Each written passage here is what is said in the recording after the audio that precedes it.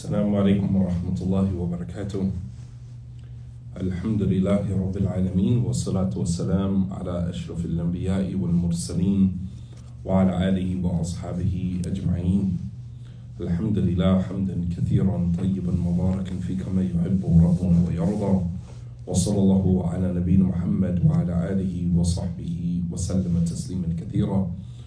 أما بعد, in continuing with our morning reminder, reading from the book Adab al-Mufrad, the distinguished character by Imam Bukhari rahimahullah ta'ala. We covered in our last discussion Bab Nafaqat al-Rajul ala ahlihi, the chapter of a man spending on his family. We covered 2 hadith in that chapter. We'll come to the 3rd hadith.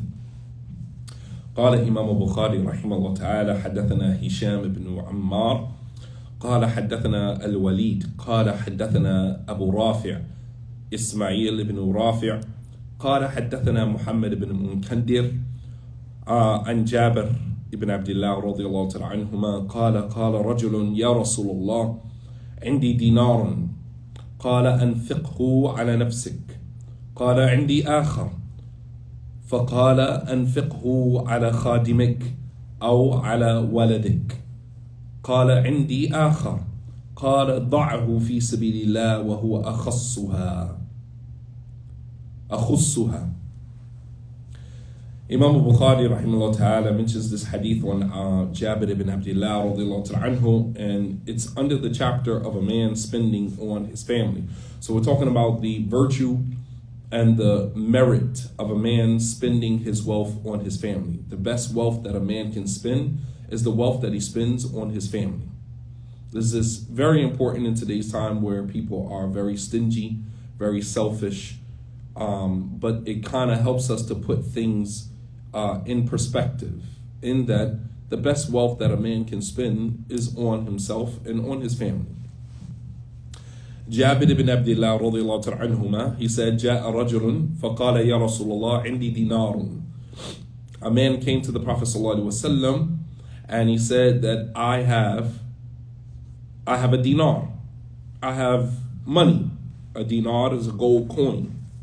A gold coin. I have a gold coin. What should I do with it? The Prophet sallallahu alaihi wasallam said, أنفقه على نفسك. Spend it on yourself. Spend it on yourself. That means, for your food, or if you need some shoes or sandals to walk in, something that is a basic necessity. Not spend it on yourself, go buy something that is superfluous, go buy something that is, not necessarily mandatory or not necessarily something that you need in this moment. Something that something extra.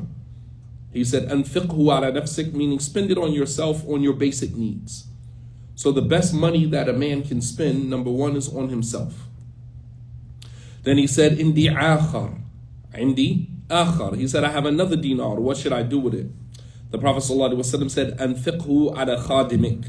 Spend it on the maid servant that lives in your home. In another narration, he said, أو على ولدك, or spend it on your children. Spend it on your children. He said, وَعِنْدِي آخَر. He said, and I have another dinar. What should I do with it? He said, ضَعْهُ فِي سَبِيلِ اللَّهِ. Spend it in the cause of Allah subhanahu wa ta'ala. Spend it in the cause of Allah subhanahu wa ta'ala. وَهُوَ أَخُصُّهَا. And this is the least of all of the things that you can spend your wealth on. Meaning, the most important thing is to spend it on yourself and your family, and then in the cause of Allah subhanahu wa ta'ala. Whether you're spending it sadaqah, whether you're spending it to help a student of knowledge, all of this is in the cause of Allah subhanahu wa ta'ala. Spending your wealth in the cause of Allah is spending it in a way that will further the message of Islam. Spending your wealth fi sabilillah in the cause of Allah subhanahu wa ta'ala means spending your wealth in a way that will help further the message of Islam. So for example, there were brothers, may Allah subhanahu wa ta'ala reward them, there were brothers that used to give students of knowledge sadaqah.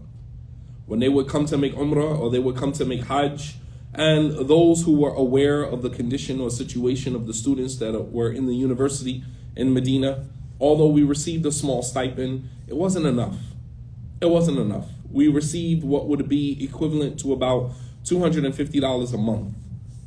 And, while that was easy to survive on as someone who was single, someone who had children, who was married with children, that was not enough to survive on. You were barely getting by with that. And this is in addition to the fact that you're a student and you have to buy books, you have to buy materials, for studying. So $250 a month was not enough to live on if you had a family. If you were single, then alhamdulillah, $250 was more than enough. But there were many students that were there that had their wives, had children, and $250 wasn't enough. And there were many generous brothers, alhamdulillah, who were aware of the living condition of many students. And when they would come and make hajj and make umrah, they would always pass you an envelope with some money in it. They would always pass you, something that had, some money in it, because they were aware of your situation. And wallahi, I'm going to tell you that those envelopes, those handoffs from many of those brothers who were aware of the situation of students in that situation, wallahi, very helpful. And may Allah subhanahu wa ta'ala reward them, because I wouldn't be where I am today had it not been for the generosity of many of the brothers who helped and assisted in that, during that time. And I'm extremely grateful for them. And I pray that Allah subhanahu wa ta'ala, reward them and place it in their scales of good on the day that they will need it the most. Wallahu al-azim, I don't think that I would be sitting here in front of you today as the individual that I am today, having the information that I have of the religion today, had it not been for Allah subhanahu wa ta'ala, and then for those generous brothers who aided and assisted the students who were in very tough situations. There were many students in the university during that time that left the university, could not complete their studies because they didn't have the money, they didn't have the finances. While here in America, you have many Muslims who spend, additional money, superfluous money on things that are not necessarily a necessity. Buying big, nice cars, pulling up to the masjid on Jumu'ah with nice cars. You got, expensive shoes. You got expensive coats. You live in an expensive apartment or a house or whatever it is you live in. And we're spending all of this extra additional money that we have. And you have students of knowledge over there that are leaving the university because they don't have the money, to sustain themselves and to maintain themselves for the duration of their studies. Yeah. I want you to think about that. If you go back to like 2001, 2002, 2003, during those times, it was very tough times for students that were in the university during that time, myself included, very tough times. And during those times, you had brothers that would pull up to the masjid in Mercedes-Benz and Cadillac trucks and spending all of this extra wealth, and then complaining about the condition of the Muslim community. Whereas you had tens of 20s of students of knowledge from our areas, from the New York, New Jersey, Philadelphia, Baltimore, DC area, that were over in the university studying and were barely getting by. Some were actually leaving the university because they didn't have the money to sustain themselves and their families during that time. Can you imagine you pulling up in a Cadillac truck or in an Escalade or in a Mercedes-Benz to the masjid on Jumu'ah that you're paying $600-$700 in car notes, not to mention $400-$600 in insurance, and you're paying all of this extra money just to drive around in a nice vehicle, and there's a student of knowledge from your area, from your city, from your masjid, from your community that is actually on his way leaving the university, coming home because he can't afford to stay there to sustain himself during his time of studying. Yeah. So when the Prophet ﷺ said that the man, he said, I have another dinar, the Prophet ﷺ said, Da'hu fi sabilillah, place it in the cause of Allah subhanahu wa ta'ala. Spend it in the cause of Allah subhanahu wa ta'ala. Spend it in the cause of Allah subhanahu wa ta'ala. Meaning, after you spend your wealth on yourself, you spend your wealth on your family, on your children, basic necessities, and you have anything additional, then spend it in the cause of Allah subhanahu wa ta'ala.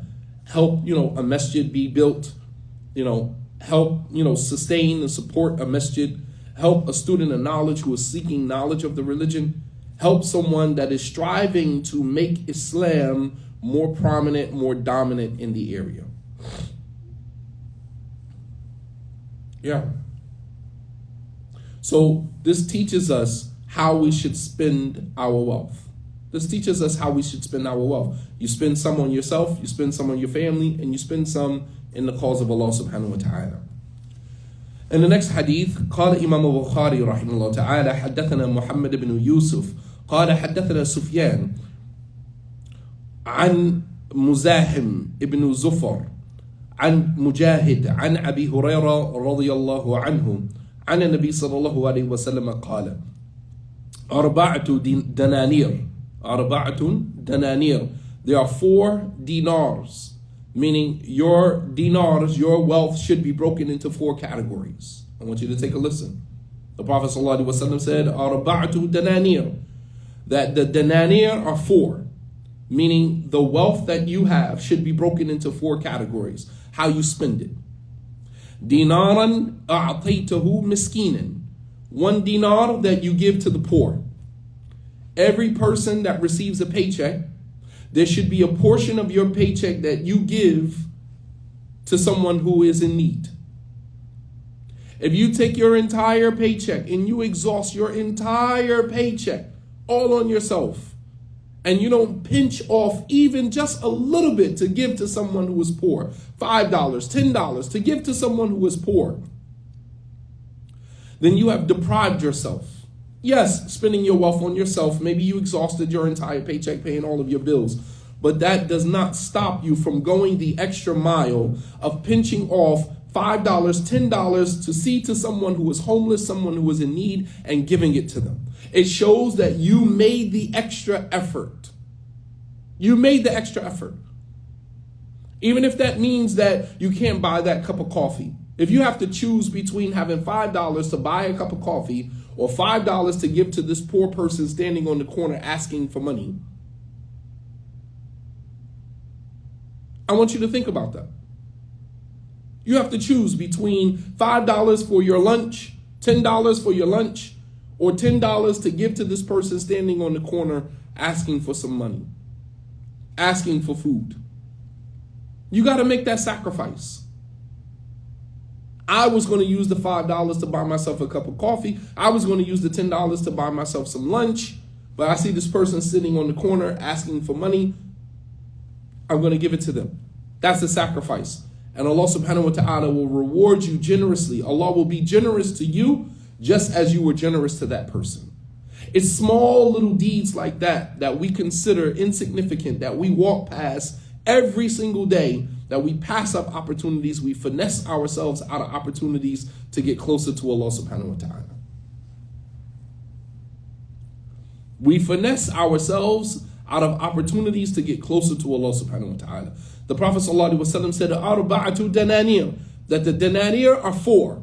The dinars are 4, meaning your wealth should be broken into 4 categories.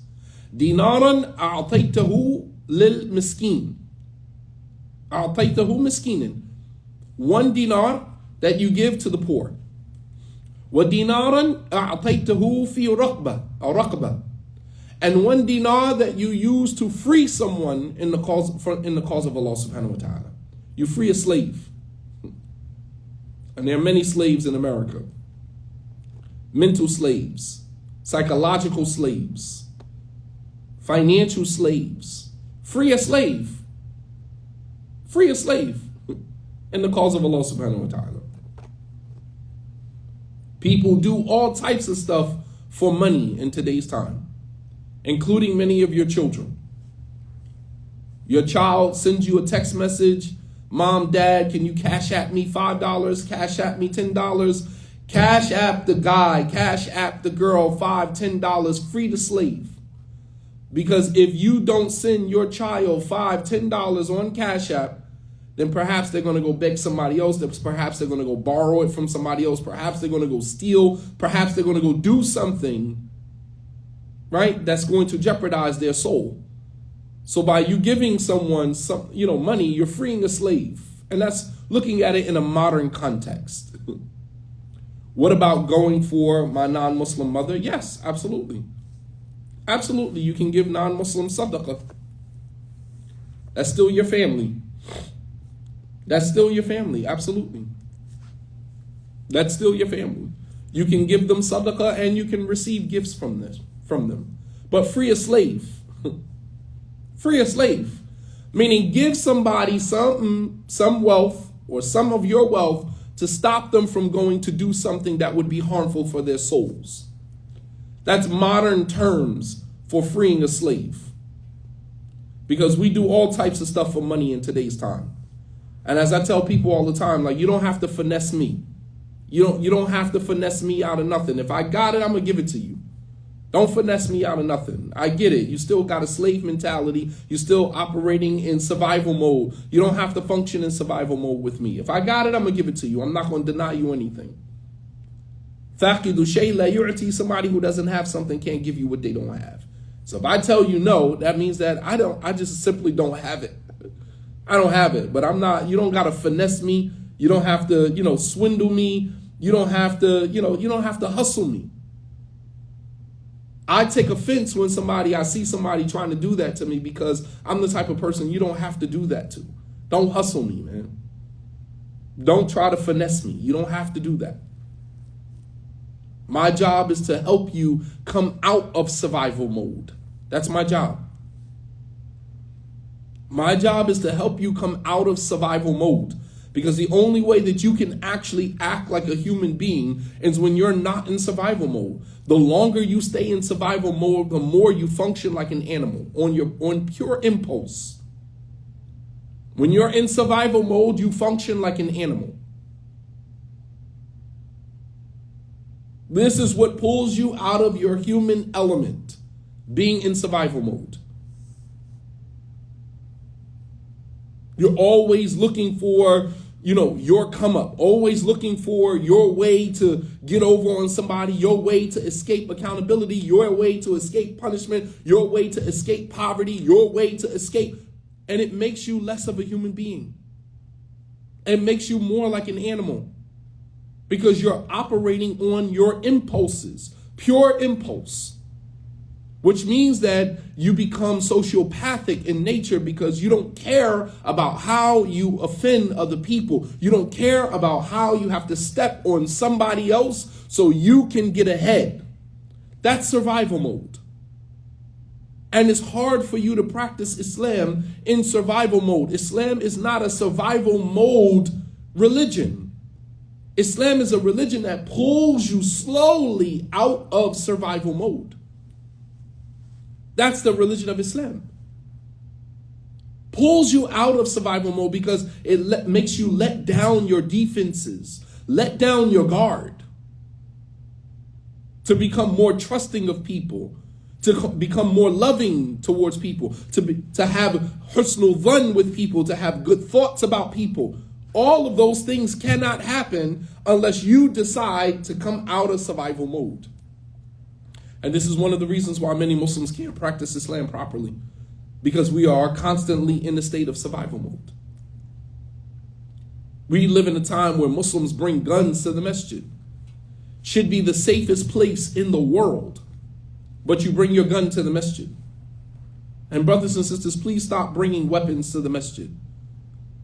Please stop bringing weapons in the houses of Allah subhanahu wa ta'ala. Please stop bringing weapons in the house of Allah subhanahu wa ta'ala. Well, what about if somebody do something to me? If somebody do something to you in the house of Allah subhanahu wa ta'ala, Allahu Akbar. I couldn't think of a better place to die than the house of Allah subhanahu wa ta'ala. Can you? I cannot think of a better place to die than in the house of Allah subhanahu wa ta'ala.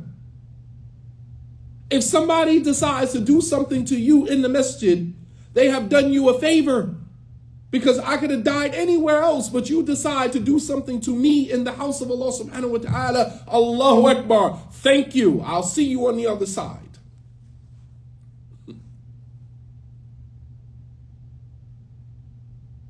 I'll see you on the other side. But subhanAllah, a couple of months ago, after Jumu'ah, a brother was putting on his shoes. A brother was putting on his shoes after Jumu'ah, and his gun fell out of his jacket. His gun fell out of his jacket onto the chair. He put his shoes on, got up and walked out of the masjid. His gun is sitting right on the chair. Subhanallah Azim. We got kids running around the masjid. We got, nefarious figures walking around the masjid. Anybody could have picked that up, man. Anybody could have picked that up and done some harm to themselves or somebody else, man.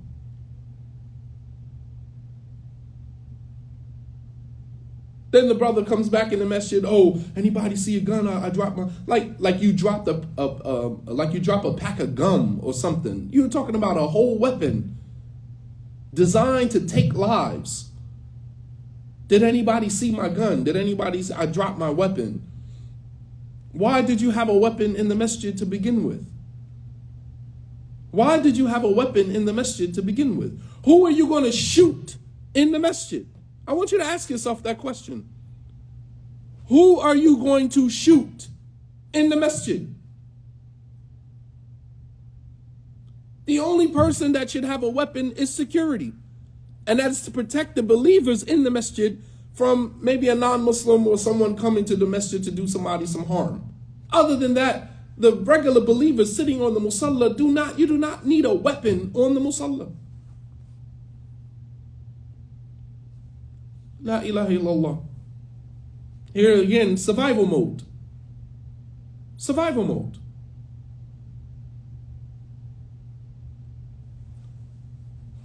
About a year ago, praying in the masjid, brother has a knife in his pocket. He has a knife in his pocket. He goes down into sujood. The knife sticks out of his pocket and pokes the brother praying next to him. Stuck the brother praying next to him with the knife. The brother comes up from sujood. He has on a white thobe. He notices the blood on his thobe. He's like, what? How am I bleeding? After the salat, he realizes that he's bleeding. And turned to him, the brother next to him had a knife in his pocket, goes down to sujood, pokes the brother next to him. That's the type of stuff I'm talking about. La ilaha illallah. Survival mode. Why are you bringing a knife to the masjid? And why are you bringing a steak knife to the masjid on top of that, man? Get you a knife that flips and folds, man, so you don't hurt yourself or hurt somebody else, man. Are you serious? You're bringing a steak knife to the masjid? Who are you going to poke with a steak knife, man? Except your brother praying next to you. The Prophet ﷺ said, قَطْرَ دَمِ الْمُؤْمِنِ أَحَبُّ إِلَى اللَّهِ مِنَ الدُّنْيَا وَمَا فِيهَا. One drop of blood of a believer is more dear, more beloved to Allah subhanahu wa ta'ala than the whole world and everything in it. One qatra, one drop of blood.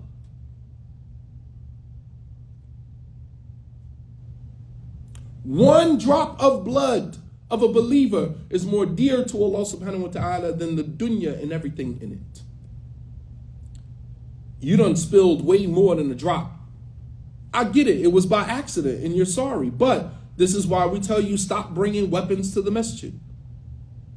Stop bringing weapons to the masjid. At least you harm your brother. You harm your brother or your sister in Islam. And then afterwards, I'm sorry, but you just spilled the blood of a believer. Unjustly, unfairly. La ilaha illallah. In survival mode. That's why we can't practice Islam properly. Because we are in survival mode. Brothers and sisters, be mindful of yourself and your state. Come out of survival mode. To some degree, where you can actually function with the believers like human beings. Function with other human beings like human beings. But the Prophet ﷺ said, Arba'atu dananir. The dananir, the wealth It's 4 types, 4 categories. Split your wealth into 4 categories. Dinaran a'taytahu miskinan. One portion of your wealth that you give to a miskin, someone who is in need. A miskin doesn't mean the person doesn't have anything. There's a difference between a faqir and miskin. Miskin is somebody who has something, lakin la yasudd al-haja, but it's not enough. He has money, he works, but it's not enough. And faqir is somebody, laysa lahu shay, he doesn't have anything. He doesn't have anything. So al-miskin is not somebody who is poor, it's somebody who has wealth, but his wealth is not enough to satisfy his needs. It's not enough. So you might say, well, this person works like I work. Yeah, but they work and they don't have enough to satisfy their basic needs. So yes, the person may work. Not everybody who works has what they need to satisfy their basic necessities. Understand that. There's a difference. There's some people who, for whatever reason, are only able to have low-level jobs. And those jobs don't pay a lot. And the pay that they have is not enough to satisfy their basic necessities. That's a miskin. Faqir, somebody who doesn't have anything. So the Prophet ﷺ said, Dinaran a'taytahu miskinan. One portion of your wealth that you give to someone who has money but not enough to satisfy their basic necessities. وَدِينَارًا أَعْطَيْتَهُ فِي رَقَبَةٍ. And a dinar, portion of your wealth that you give to free a slave. وَدِينَارًا أَنْفَقْتَهُ فِي سَبِيلِ اللَّهِ. And a dinar that you spend in the cause of Allah subhanahu wa ta'ala. Whether, giving sadaqah to the masjid, whether supporting, this particular project that is going to further the message of Islam, supporting a student of knowledge in the university, in the cause of Allah subhanahu wa ta'ala.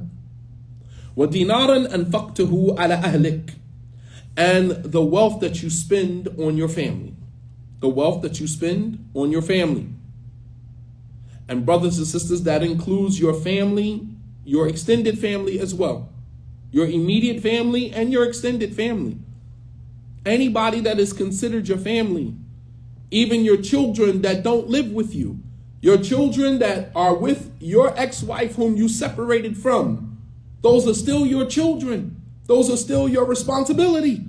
It's not your wife's responsibility to take, your ex-wife's responsibility to take care of them. That is your responsibility. And every dime you spend on your children is a sadaqah in the cause of Allah subhanahu wa ta'ala. It's a sadaqah.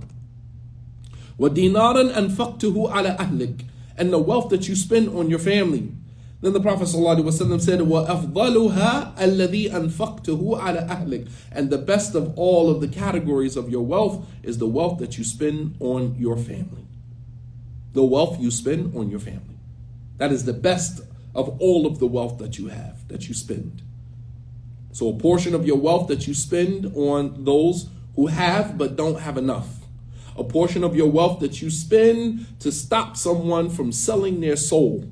Doing something that is going to further enslave their soul. The Prophet ﷺ said, every day that we wake up, we wake up ba'i'un nafsa.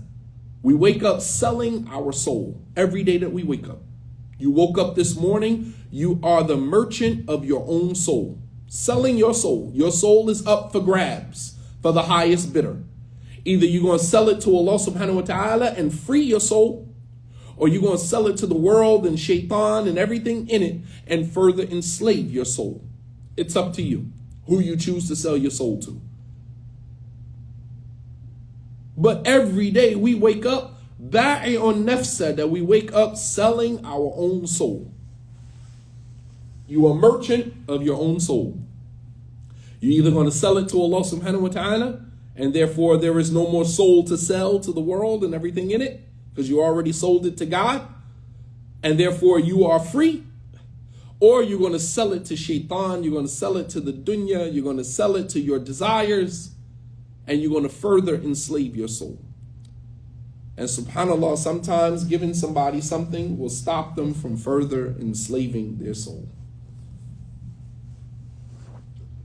If somebody can give you an amount of money and have you do something that goes against your morals and your values and your principles, have you do something that goes totally against who you are as a human being, then that is the definition of selling your soul. That is the definition of selling your soul. You would do something for money that would cause you to go completely against your morals and your values. That is selling your soul. If someone can say, hey, I'm going to give you this amount of money, but I need you to do this, or let me do this to you, or let this happen, then you sold your soul. There are tons of slaves running around America. We thought slavery was over. That was physical bondage. There's a different type of slavery that goes on in today's time. Shaitan has found a way to enslave the souls of human beings. And with the right amount of money, we'll just about do anything.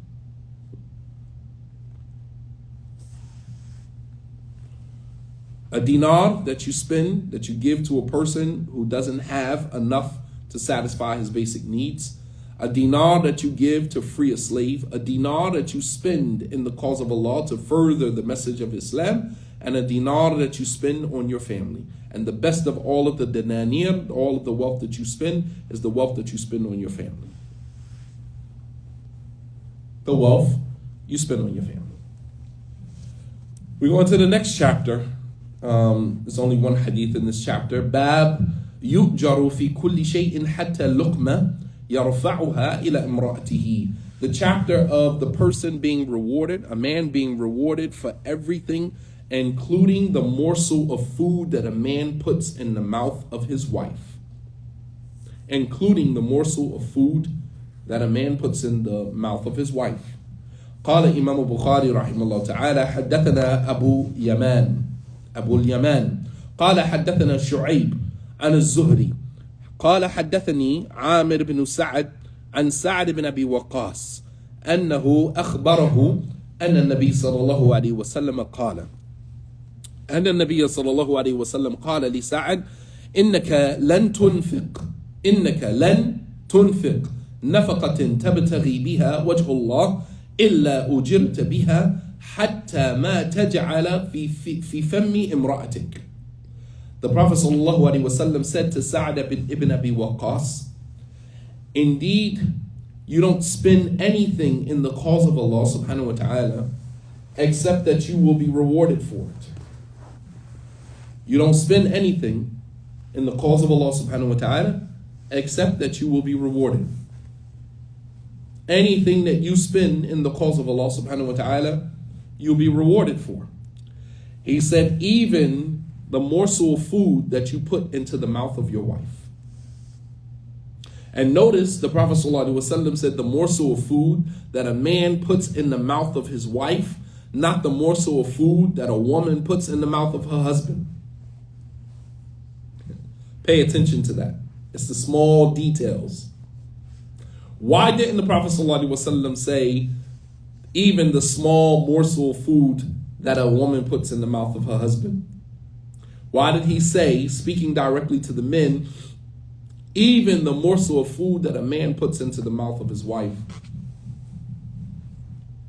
Why? Let me see who can catch that. Why did the Prophet ﷺ specify the morsel of food that the man puts into the mouth of his wife and not the opposite? Because it's the woman who feeds her husband. It's the woman who feeds her husband. She cooks the food and feeds her husband. So why wouldn't the Prophet ﷺ say even the morsel of food that a woman puts into the mouth of her husband? Because men are the ones that are providing. Right. The men are the providers. Men, I want you to listen to this. The Prophet ﷺ said, even the morsel of food that a man puts into the mouth of his wife. And you have some men that allow their wives to get up, go to work, earn the money, buy the food, cook the food, and then put the food in his mouth. La ilaha illallah. La ilaha illallah. The Prophet ﷺ is trying to drive home the point that when a man goes out and works and provides food for his family, he gets rewarded from Allah subhanahu wa ta'ala. He gets rewarded from Allah subhanahu wa ta'ala. He gets a reward from Allah subhanahu wa ta'ala, even down to the food that he buys. That his wife has the luxury of putting the food in her mouth. It's not that the man is taking the food and putting it in her mouth, meaning he's providing her with the food that she puts into her mouth.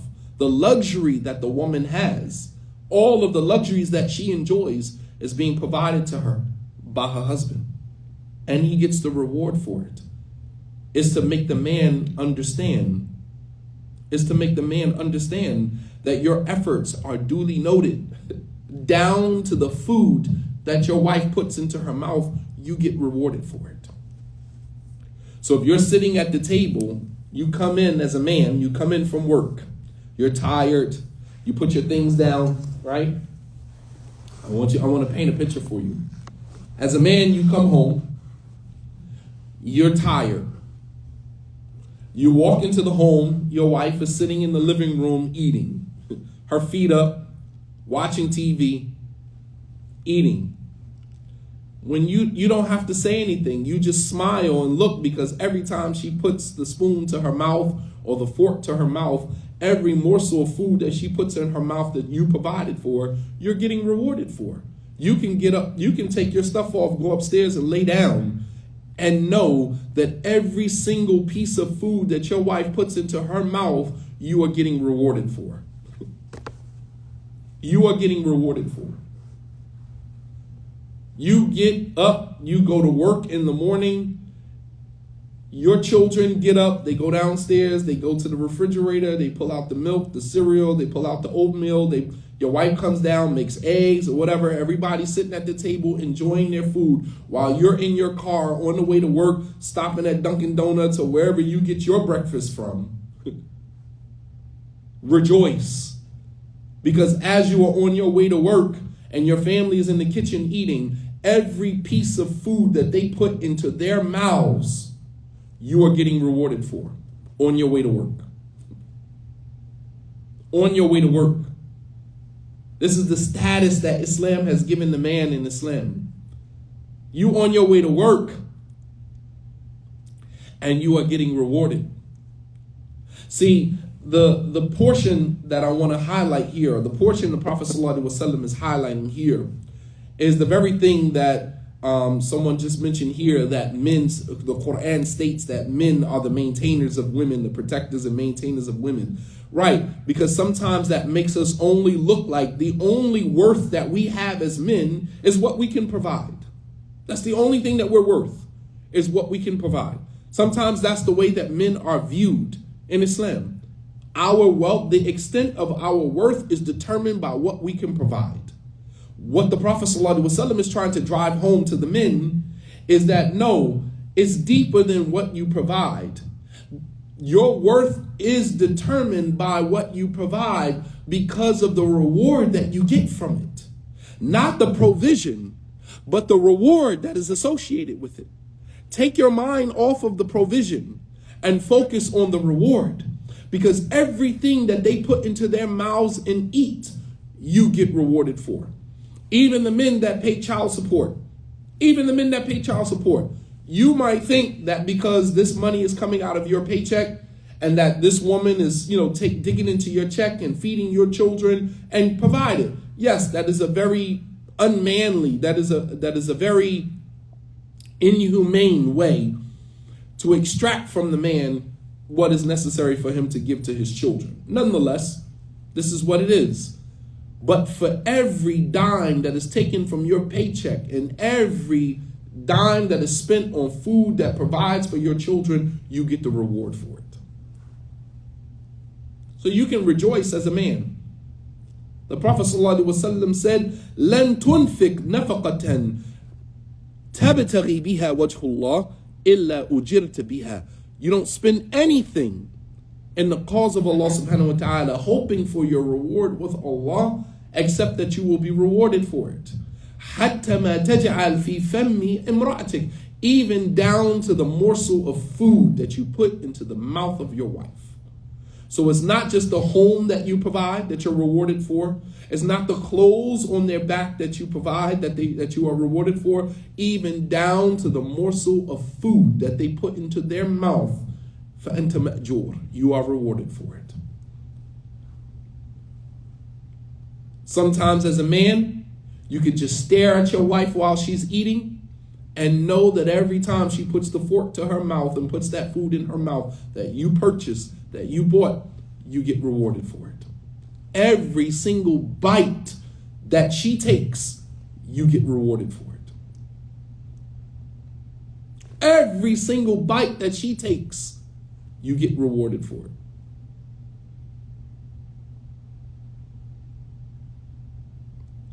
This is teaching the man to take his eyes off of the fact that he is spending his wealth and focus on how that wealth is transferring into, you transferring your physical wealth into spiritual wealth.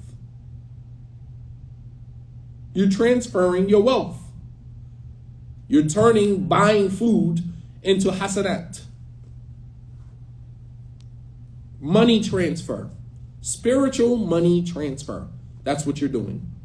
You know how you take your American dollars, you go to another country, and you transfer your money over into the currency of that money? You're transferring your currency in this life to the currency in the hereafter. Even down to every morsel of food your wife puts into her mouth. Subhanallah. جزاكم الله خيرا وصلى الله على نبينا محمد وعلى آله وصحبه وسلم تسليما كثيرا وسبحانك ربك رب العزة عما يصفون وسلام على المرسلين والحمد لله رب العالمين والسلام عليكم ورحمة الله وبركاته.